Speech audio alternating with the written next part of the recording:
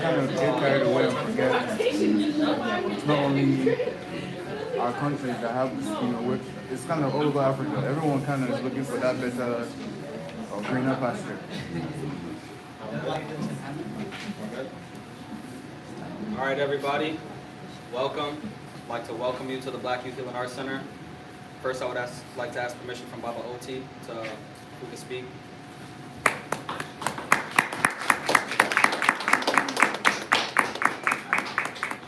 Thank you, brother. Thank you for keeping the tradition of letting our elders start it up for us, and appreciate that. And also just want to appreciate the fact that you guys are keeping up the tradition of organizing in our community. So permission. Appreciate you. Welcome everybody, my name is Joseph. Welcome to our Kwanzaa event with the International Black Freedom Alliance. We are currently in the Black Youth Healing Arts Center, which is a separate organization. And I would like to add that about a month ago I met my brother Jabril. We chopped it up at the Black Market over in St. Paul on Case. And he introduced me to the International Black Freedom Alliance, and that's how we made this connection with the BIHAC. So some of you might be here from knowing me from programming that we have here. Some of you may know me from just being friends, but there's two hats that I'm wearing in this space right now, so just like to clear that up, and I'll pass it over to my brother Jabril. Appreciate you, Brother Joseph. So my name is Brother Jabril Africa. I'm Minister of Development for the International Black Freedom Alliance. Movement builder within the Twin Cities. Can you hear me? Okay, I'm gonna try to speak, project my voice. I'm movement builder within the Twin Cities chapter, and the Minister of Development for the IBFA International Black Freedom Alliance. What I want is everyone who's within our chapter, Twin Cities chapter, I would like you to introduce yourself and also introduce like what role you have, right? I'll let Brother Joseph start. So my name is Joseph. Roles, we're introducing our pathway. Yep, so there's 4 pathways that you can choose when working with the organization. Bullet, buck, ballot, and vote. Each of them have a little bit different capacity. I chose bullet, which is more so on the ground organizing and working with people to bring awareness to the organization. Margarita. Hi everyone, I'm Margarita. My pathway is also bullet to work with an organization. So. Oh, the Chisom. Yes, my name is Chisom. I'm Bullet as well, helping with social media outreach. Yeah, nice to meet you all. Thanks for coming. Sister Fadumo. I'm same thing, organization. Sister Jada. Hey y'all, I'm Jada. I chose the boat pathway, trying to get our people back to the homeland or make a little Africa here in the States. My sister Latrice. Hey y'all, I'm Latrice. I chose bullet. Brother Manny. My name is Manny. My pathway is bullet and vote. I got everyone except for myself. You already know who I am, Brother Jabril Africa, Bullet. And yes, my pathway. What we're going to do is we're going to essentially talk about Kwanzaa today and the importance of Kwanzaa for African people globally, and a bit about our organization towards the end as well. We'll get going here. So Kwanzaa. Kwanzaa is a holiday that African people celebrate. It is a first fruits festival. Actually, first fruit is something that African people have been celebrating for a long time. We just put a name on it, right? And that's Kwanzaa within the diaspora.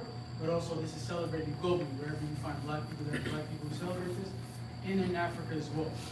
Next slide, please. So we're going to talk a bit about Kwanzaa. Kwanzaa is a Pan-African holiday, right? So Pan-Africanism is essentially an objective, it's not an ideology. We're a Pan-African organization, we're a Pan-African nationalist organization, and essentially Kwanzaa is one of the few Pan-African holidays, and that's what we're celebrating today. So the origins of Kwanzaa, the African continent, in the agricultural celebration is called first fruit celebrations. The first fruit celebrations are recorded in African history as far back as ancient Egypt, Nubia, and appear in ancient and modern times in other classical African civilizations, such as the Ashanti land and Yoruba land. just a bit about this holiday and how it predates. So oftentimes you'll hear people say, Kwanzaa is a made-up holiday, right? And I tend to ask them, what holiday is not made up? They're all social constructs, right? This is something that we developed for ourselves, and this is actually a holiday we've been celebrating for millennia. You can't actually trace how long African people, black people, have been celebrating first fruit, first fruit celebration, right? First harvest. Next slide, please. So we're going to start with day one, moja, to strive and maintain unity in the family, community, nation, and race. And that's the symbol. Each Kwanzaa day has a symbol. That is the Doga knot, a Pan-African symbol of unity found in several African cultures, the Yoruba, Hausa, the Shango, etc. So that's all of these symbols that you're going to see are all African symbols. And each symbol has a representation for each day of Kwanzaa, right? Day two, Kujichagulia, self-determination, to define ourselves, name ourselves, pray for ourselves, and speak for ourselves, right? Naming yourself is paramount to how you identify and how you go about conversing through the world. When you let other groups of people identify you, as we've allowed as black people throughout our history, I shouldn't say throughout our history, over the past, let's say 500 years or so, we've let other groups of people define who we are, right? And Kwanzaa is an opportunity for us to move past that and define ourselves. It's incredibly important. And that's the symbol. The Akan throne, a symbol of national identity, cultural groundedness, and rightful governance, right? Next slide. Ujima. So this is day three, collective work and responsibility. To build and maintain our community, work together, make our brotherhoods, brothers and sisters, problems, our problems, and solve them together, right? So we're talking about communalism, coming together as black people, not individualism, right? Oftentimes, you take a look at European culture, it's very individualistic. But black people have taken that to a whole new level. We're the most individualistic people. We don't think about our community, we don't think about African people, we don't think about the race, right? If you will. We're very much so individualistic. We've taken the Europeans' ideology or belief system or way of knowing, taken that to the extreme. We gotta move past that. We gotta come together as black people. The only way we'll get out of the situation we're in now is by coming together, unity, Pan-Africanism, right? And that's what we're all about. Ujima, cooperative economics, to build and maintain our own stores, shops, and other businesses and profit from them together, right? So economics is paramount to a people's not only surviving but thriving, right? You need to pull your resources together. And that's what the IDFA is all about. That's what Pan-African nationalism is all about, our ideology. If you don't maintain, if you don't organize your dollar, that dollar is going to go to other communities. The black dollar stays in the black community for 6 hours. Mind you, that's like, there have been days I went to work, right? I didn't know it was payday, it was Friday. Went to work, worked a full day shift, came back home, forgot it was payday, I got paid, right? 6 hours, that's less time than a full work day. Other groups of people, the Asians, for instance, keep the dollar circulating within their community for 19 days, right? Jews keep it within their community for even longer, right? So we keep it within our community for 6 hours. It's by far the lowest, by far the lowest. And that's why we don't have any economic power. Because the money comes into our community, it goes right back out of our community, right? You're signing yourself up for destruction. And that's the state we're in right now. If we don't fix this, we're headed for dire straits. And that is the symbol for Ujima.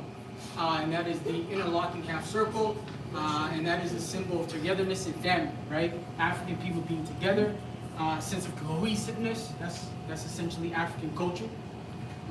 Next slide. Nia, purpose, to make our collective vocation in building and developing of our community in order to restore our people to their traditional greatness. Black people were once the greatest people on this planet. We had incredible civilizations. We were the marvel of the world. We went backwards. Why did we go backwards? For multiple reasons, particularly because we're being warred upon, and we have been warred upon for thousands of years. Right? If you study African history, we have been in a steady state of warfare. Particularly, we're being warred upon. It's not us that are warring against other people, right? It's other people that are coming into our lands, right? Stealing our resources, right? stealing our people from us, and so we're being warred upon. And the issue that we face as black people is we don't understand that. We think that we're individuals, we're not a part of any community. I may be black, but I'm not a part of that, right? Inherently, maybe you don't even, maybe it's not even a conscious thought, but it is a subconscious thought for most of our people. That is a problem. We need to move past that. If we don't, we might not be here for too much longer. Because there's nothing that states in history that your future is assured, that essentially that people will always be here, and whatever your ancestors did, you will progress past that. There's no law in history that is written that says that. No law in the universe that says that, right? We tend to believe that, and that is a problem.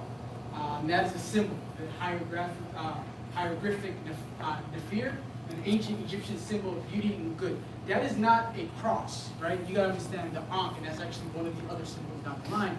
That is actually an African symbol. It's not, that's where, the cross in Christianity, I know some brothers and sisters here who are Christian, that actually comes from Africa. That symbol comes from Africa. Kuumba, creativity, that's today, day 6, the day before the last day of Kwanzaa. Kuumba is creativity. African people, black people, we're the most creative people on the planet throughout history, right? We talk about our music, we talk about our culture, we talk about our way of being, how we go about traversing through the world. We're the most creative people. And that's why that's day 6, creativity. To do always as much as we can in the way we can in order to leave our community more beautiful and beneficial than we inherited. Very, very important. That is a symbol of Kuumba. The seven vibrations of divine creation, the Dogon symbol of creativity. Right? All these are African symbols. All of this is rooted in our culture. We need to get back to being centered within African culture, within black culture. And understand, some of you here might not identify with being called African, or might not identify with being called black. You can't be one and not be the other. You can't be African, you can't be African and not be black, and you can't be black and not be African. Oftentimes our people get confused because we see invaders inside Africa, right? Talk about the Arabs, Northern Africa, that actually came in, slaughtered our people, and stole that land. Or you talk about the whites in South Africa, the Boers, that actually came in, stole the land, and destroyed our people, right? You can't, essentially all groups of people that are in Africa that are not black, that are not African, are not indigenous to that land. They're invaders, or they're children or descendants of invaders, right? So we can't allow them to call themselves African, we can't allow them to call themselves black, because they're neither. They're invaders, is what they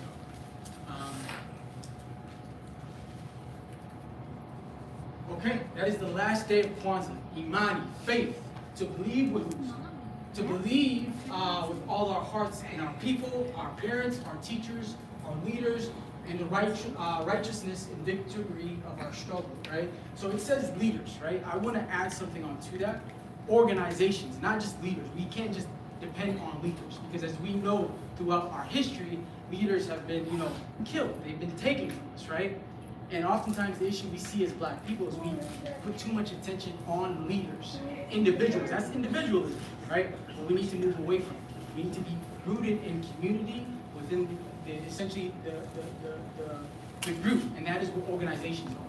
So an organization, when you have an organization, you can essentially, the leader can be taken out, but the organization is still there. If it's a proper organization, it's ran properly, it's developed properly, you always have the organization there. An example of that is the UNIA. UNIA is still around. That's the greatest organization we've ever had. They organized over 13 million people. There are different estimates, so anywhere from 6 million to 13 million. I need you guys to understand that. 13 million or even 6 million throughout modern day black history, we haven't organized that many people combined. I mean, all organizations, all nations, the people they've organized hasn't gotten anywhere near 6 million. I mean, the biggest organization we have now isn't even cracking the 100,000, right? So we're talking about 6 to 13 million. And the reason I say that is I don't want to get essentially run with just one number, because certain scholars say 13 million, certain scholars say 6 million. So can you explain the UNIA real quick? Yep, thank you. The UNIA is the unit that are being warred upon.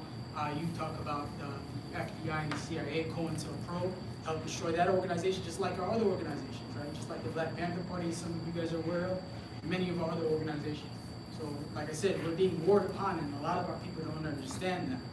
The reason we're in the condition we're in now is because we're being warred upon, and we don't come together as black people. right? How can the people that have the world's wealth at their feet, and some of you guys might not know, Africa is by far the wealthiest continent and landmass on the planet. Why are the people poorest? Why are the people struggling the most there? It's by design. African people, black people aren't inherently, stupid, not by any stretch of the imagination. We tend to believe that because the people that understand we have the land at our feet, they're like, oh, why can't they cultivate that land? Because we're currently being colonized. We have been colonized, right? So that's really what it comes down to, is understanding history. If you understand history, it makes all the sense in the world why we're in the position we're in now. And we can do something about that. That's by organizing ourselves and coming together as black Pan-Africans, right? Pan-African nationalism. All right, the goals of the IBFA. Now we're going to get to work, right? We talked about Kwanzaa, what it's about. Now we're going to talk about the organization, the work we're doing, and what we're about. So the goals of the IBFA, by any means necessary, organize the most logical pathways to freedom in our lifetime. So bullet, as you heard everyone introducing their different pathways, these are the 4 pathways that we're talking about. Bullet, cultural, organizing a critical mass of our people. Buck, economic, using the money to get us free. Ballot, political, using the vote to help us get benefits. This will not free us, right? So if you take a look at what that's saying right there, using the vote to help us to get benefits, using the vote to help us get benefits, right? It's not saying to get us free. Voting in the West, particularly America, is not going to free black people. We can organize our vote and get benefits, right? Essentially using the ballot to aid the other pathways that will free us, right? And vote, the last pathway, back to Africa, using the motherland to get us free, right? As black people, we have to understand Africa's our homeland, right? You can try to run away from it all you want. When someone looks at you, they see Africa. You got to come to terms with that. I think that's I appreciate that. I love when a non-African sees me, they see Africa. That gives me pride because I know my history. The only person that would find being viewed as an African as a negative is someone who is completely ignorant of African history and ignorant of themselves, really what it comes down to. You have no knowledge of self. How do you find that knowledge of self? You do that by reading. As you see Baba Uhuru with the Uhuru bookstore, Baba Oti with the Uhuru bookstore has books. That's how we learn ourselves and learn our history, and that's how we gain that knowledge of self and how we go about walking throughout this world with confidence, right? Next slide. The Black Freedom Movement needs you. So we want to organize everyone here, even the children. The only way we can get free is by coming together, like I said, by unity, right? How do we achieve that unity? By organizing. If we're not organizing, and we're the least organized people, and that's also why we're in the position we're in. We can't keep blaming other people for what they do to us if we're not doing anything about it. Yeah, they're at fault. They're oppressing us. They're actively destroying our people, our culture, our land, stealing our resources, right? But the thing is, at this point in time, at this point in history, we're allowing it because we're not doing anything about it. Why aren't we doing anything about it? Because we're not organized. And truthfully, we don't see each other as one, most of us. How do we get past that? By organizing. And the IBFA, we believe, is the best organization currently for African sovereignty, working towards African sovereignty. We talk about Pan-African nationalism, that is the ideology. Same ideology as the UNIA that I mentioned earlier, Marcus Garvey, right?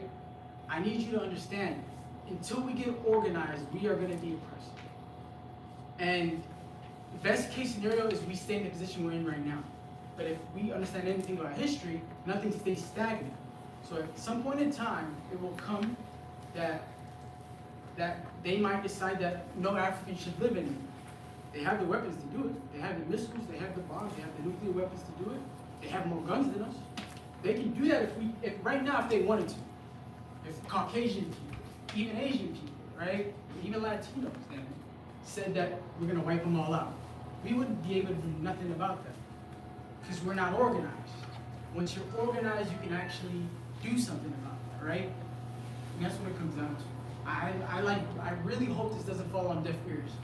And we gave a lecture about a month ago now, on how we get free. We have the pathways, how we can do it. And not just these pathways, right? We talk about different ways that black people can get freedom. And we need to access every single pathway, every cooperative economics, organize, right? Once we're organized well enough, we can actually defend ourselves by actually forming a military.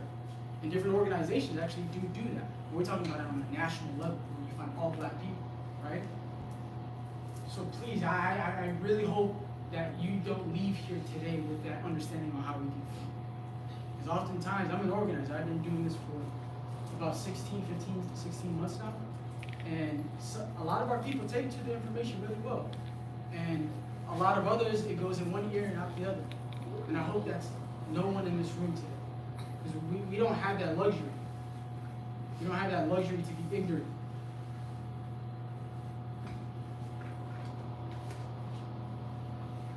All right, that is the QR code. On any of your phones, if you pull up your camera and scan that, and you can scan that from pretty much anywhere in this room, that'll send you to our website where you can sign up to join the organization. The main point of this is not only to teach you about Kwanzaa and the importance of Kwanzaa and coming back into our culture, but it's to organize you as well. We're trying to get to work, right? Very, very important. So if you found anything I said valuable, if you understand that we need to organize and come together, I strongly recommend you scan that QR code and join us in helping, liberate our people globally. We need to do it for someone. Can we give a hand for my boy?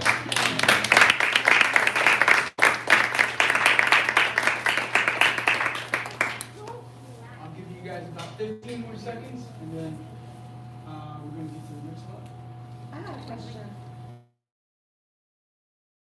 It's not like the actual website. It is the website, but it's a specific page in our website. So what's the actual website? The IBFA.org. Okay. But that specifically sends you to the form to Yeah. join the organization.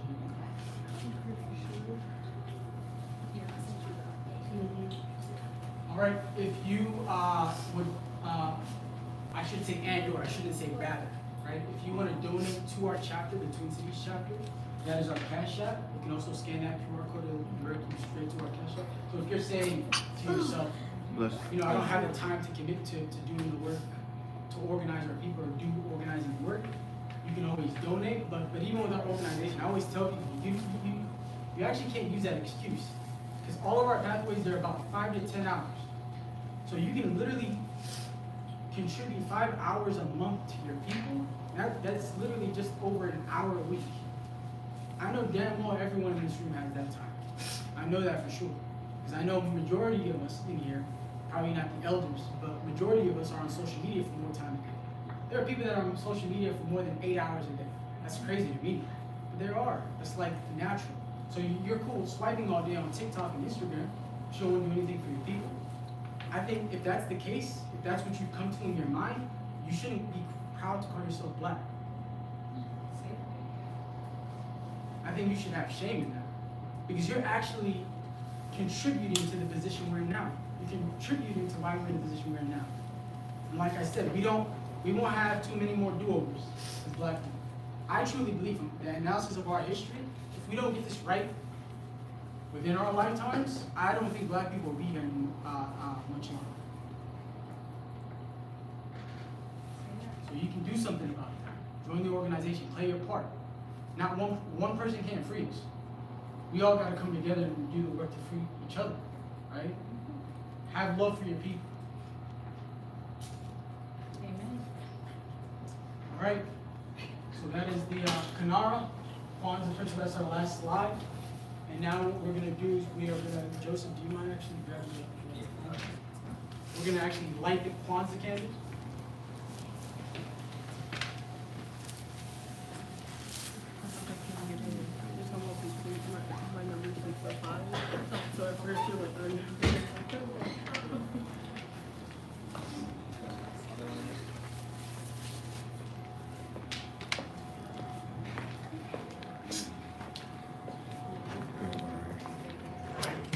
You gonna do it? Isn't that lighter, brother? It's actually longer. Probably won't burn your hand. it goes this one, then this one, this one. Yep, yep. So black. And then you leave this. So this one should be all Yeah. right. yeah. All right, so we're gonna light the days.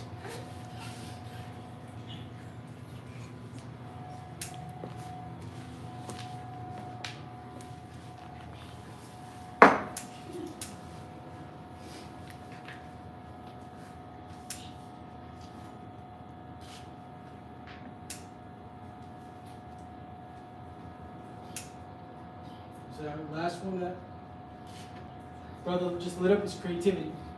And that's today. So one thing I want to touch on, right? Because I know African people are the most religious or spiritual people. This is a cultural holiday. I should have touched on that earlier in my slides. This is not religious, right? This is cultural, right? You can still practice your religious beliefs and still practice Kwanzaa as well, right? And to the people that would say, oh, I only practice, religious holidays, I would say, do you celebrate, July 4th? I know a lot of us do. A lot of Christians celebrate July 4th, right? So if you're cool with celebrating your Christmas holiday, it should be cultural holiday, I add, you should be able to celebrate your own cultural holiday, which is Kwanzaa, right? Because July 4th, all July 4th is, and that's one of many cultural holidays Caucasian people have in America and in the West. But this is ours. This is black, right? This is Kwanzaa. So, yeah.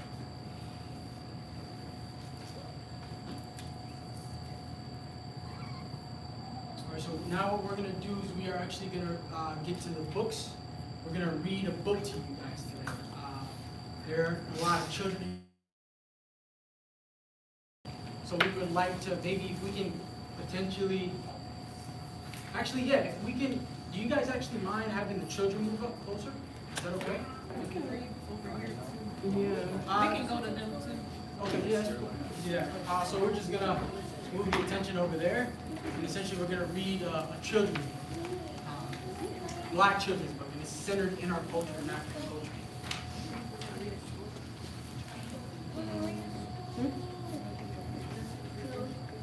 Two of them. Read two minutes.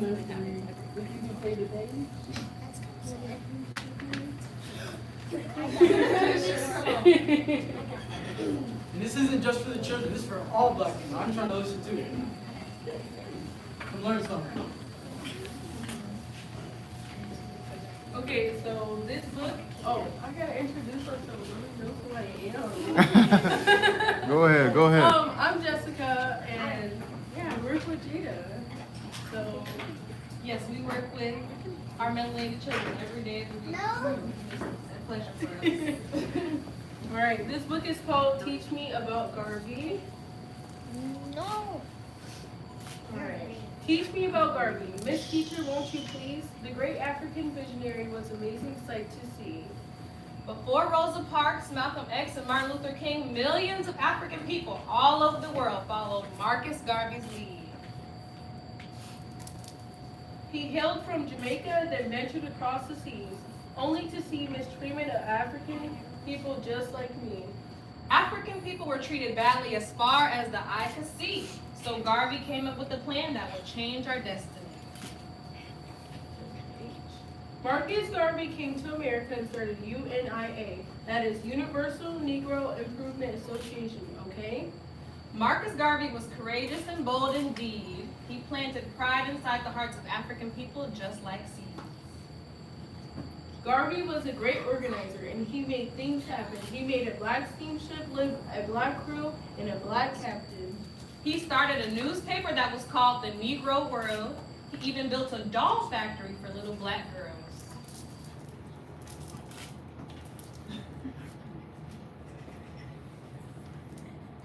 He owned buildings and trucks and ships like a nation. He would inspire many Africans, some Cuban and some Haitian. African American, Puerto Rican, Costa Rican, Jamaican, some Dominican, Brazilian, and even Chilean. He preached Africa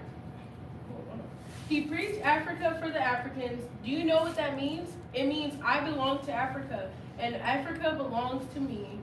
Oh, teach me about Garvey. Mr. Teacher, won't you please? African children should know Garvey just like we know our ABCs. Let's learn about Garvey now. Africans all over Earth can make Africa a better place because it is right by birth.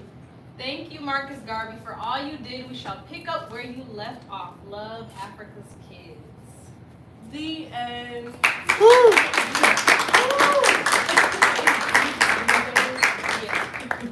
That was fantastic. Should I do this one too? Or? Please, yeah. Okay. This by James Wilson Jr. The author wrote a note in here. He said, always remember that you belong to Africa and Africa belongs to you. Excuse me, Miss Teacher, may I ask a question, please? What does it mean when we see the flag that is red, black, and green? The red, black, and green flag was made for you and I. Each color of the flag is a very important symbol of African pride. Some call it the UNIA flag and Pan-African flag too. The acronym RBG is another name for the flag often used. How did it come to be? Where did it come from, you ask? Let's take a stroll down memory lane. Not so long ago to our past. 100 years ago on August 13th, 1920, this flag was introduced by a great man named Marcus Garvey. Marcus Garvey sought to dignify all Africans across the globe. Garvey saw fit that black people had a flag to represent us as a whole. Our red, black, and green flag is wonderful. Yes, it really means a lot. Let's start with the first color, red. That sits at the very top. The red serves as the one blood that all of every African. This sacred bond shall never tear. The red color is the yoke that keeps the plentiful black family bound. Our African relation is a force of nature, as is light, wind, and sound. The red color links all of us to our prestigious African family tree, kindred scattered across the world from Brazil to Mozambique. The red attaches all Africans from Tanzania to the UK, to our African relatives in Nigeria, Cuba, and the United States. African people around the planet, like the tribe of the Susu, all share powerful African DNA. Of course, that means you too. The red also stands for the blood that African people shed. Our beloved ancestors resisted invaders and chose to fight instead. Those before us should be celebrated for the courage that they displayed, for they are the only reason that we are alive to have raised them today. Let the red color of this flag remind us of our connection and sacrifices. We shall forever cherish one another and those who paid the greatest prices. After the red, next up comes the black color of the flag. Black is our beautiful badge of greatness, our biological name tag. The black stands for every black person in the world who roams the land. The black counts all of Africa's children from Ethiopia to Switzerland. The black betokens of all Africans from France to Ecuador as one African people throughout the entire diaspora. Black is also an attribute of our stunning African physique. Our entire being is magnificent, like our coarse hair and high cheeks. Our beautiful black skin comes in unique hues and tones. Africans have jet black skin in Uganda and shades that vary in Gabon. African people are rich in melanin. That's where our blackness comes from. Your African body makes vitamin D when your skin absorbs the sun. African hair is the only hair that grows up towards the sky, while our beautiful hair is everywhere, from Namibia to Uruguay. African people have brown eyes darkening to the color of midnight. The dark pupils of African eyes protect our retinas from sunlight. We are indigenous to the earth, and our blackness is amazing. Our darker lips and white teeth mimic the stars at night, which one's gaze at.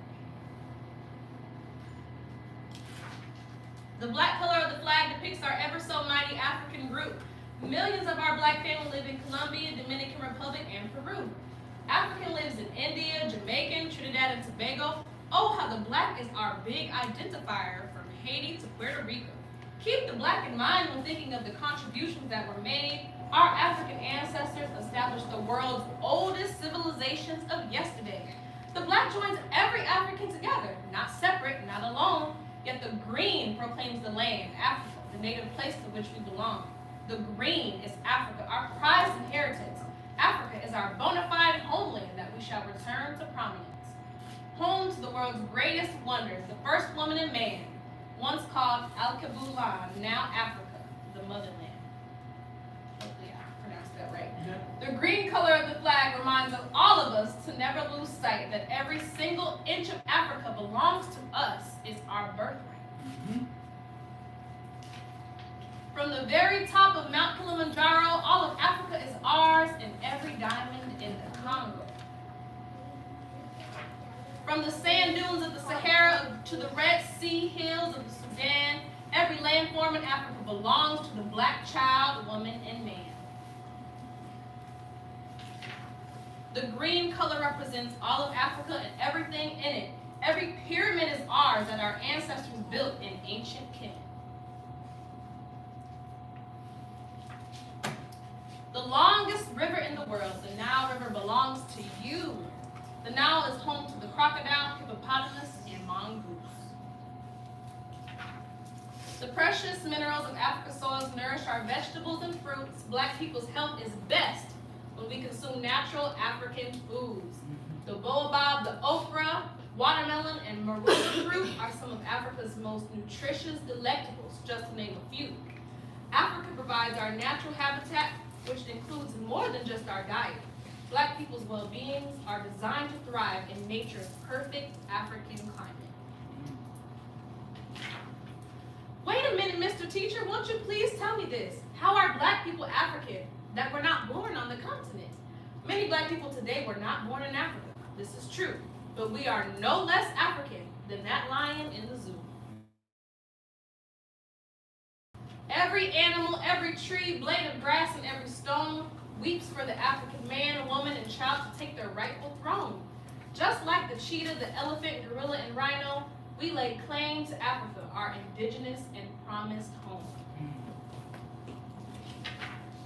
Africa unites black people everywhere. They are forever our concern. Africa can never revisit greatness until the Africans return. Black Africans all around the world, this world, and many languages we speak, but together as one African nation, we will surpass our great historic peaks. Marcus Garvey preached, Africa for the Africans, those at home and those abroad. Garvey left a plan and vision for us all that African people should applaud. To the black children of Mexico, Nicaragua and the Bahamas, Costa Rica, Canada, Libya, and Panama, Madagascar, Dominica, France, Spain and China, Senegal, Honduras, Gambia, and Ghana. You are the greatest hope for African redemption the world has ever seen. Hold tight and steadfast to the red, black, and green. The red, black, and green flag is a symbol of obligation. This means that all black people must play a part in Africa's salvation. The red, black, and green flag is our call for African unity. Every black person should know what the flag means, like counting 1, 2, 3. Henceforth, when you see the flag that is red, black, and green, be proud because now you know exactly what it means. So I think we should all say this pledge that's at the end of this book. Do it. So repeat after me. I commit my mind, body, and spirit. I commit my mind, body, and spirit To the protection, defense, and security. to the protection, defense, and security Of the red, black, and green. of the red, black, and green. I dedicate my life. To the redemption of Mother Africa. To the redemption of Mother Africa. And the liberation of her scattered black children. And the liberation of her scattered black children. I accept for myself. And my descendants. The teachings of universal African nationalism. The teachings of universal African nationalism. And promise that our children will be instilled. With the purpose. And knowledge. Of themselves. As African people. In order that the cause. Of our struggle. Will neither falter. Nor fail. Until all black people. Are free. And united. Through one God. One aim. One destiny.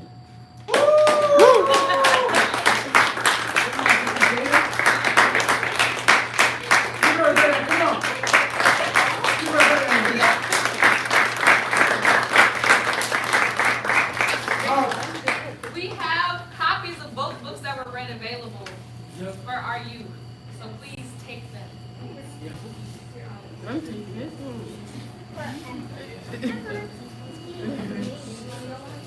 Coffee and red. To find it. basically updates now. The way we used to read things. You wanted this? I'll get you a copy for the day. Okay. I got Yeah, it. I was gonna say, 'cause that actually basically. You want a book? I thought so. If you haven't gotten food yet, feel free, or if you want second helpings, feel free to grab a plate and get some more food. Is that the last book?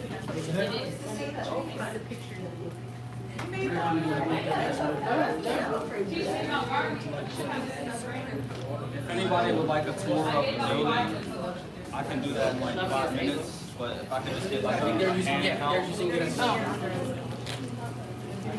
If anybody that wants a tour of the space is here. I just want to No. do something.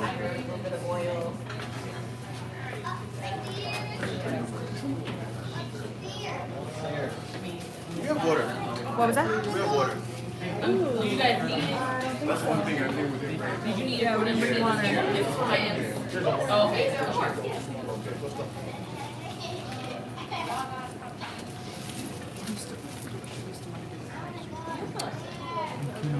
And